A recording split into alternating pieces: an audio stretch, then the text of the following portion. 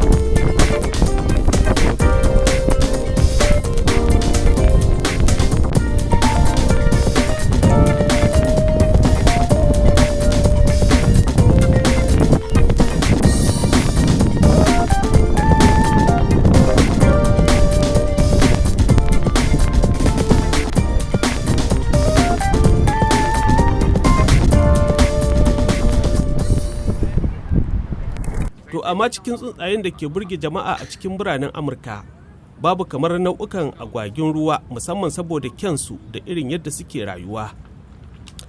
Bari dai in bar ku sha kallo.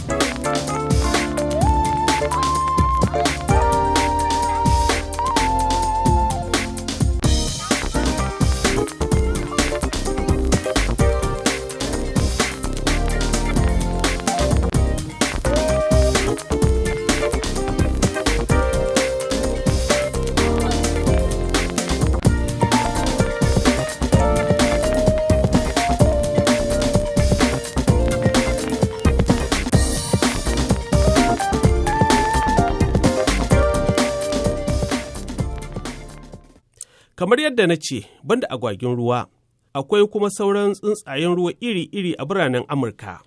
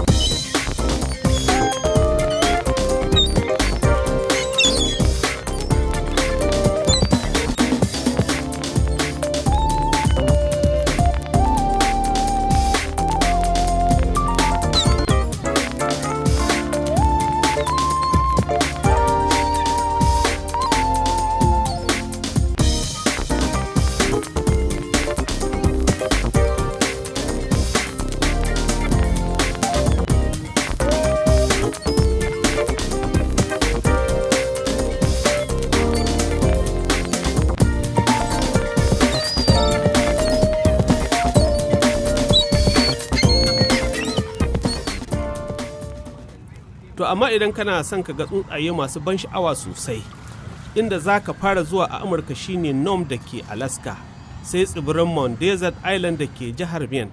Na biye shine Grand Isle na jihar Louisiana, sai gandun Basco da Lapache National Wildlife Refuge da ke New Mexico.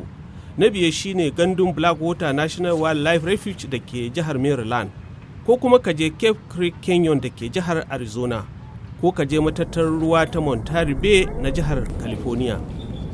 Sauran wuraren da ke da yalwar tsuntsaye masu siffofi masu ban sha'awa sun hada da Everglades National Park na jihar Florida, da Tule Lake na jihar California, sai kuma Denali National Park da ke Alaska.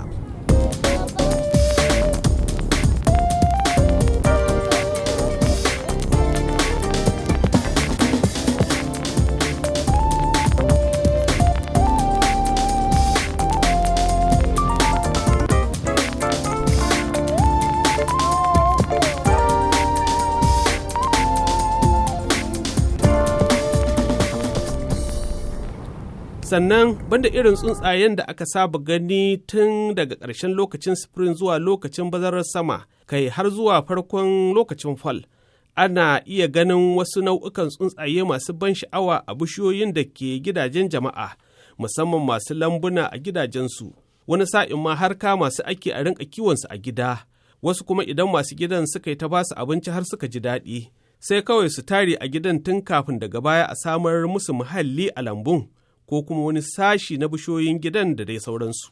Saboda haka, idan kai mai sha'awar tsuntsaye ne to ka zo gidansu, muddin dai ka zo Amurka musamman ma a lokacin sama, kuma babu kamar idan ka je ɗaya daga cikin wurare 10 ɗin nan da na ambata a sama.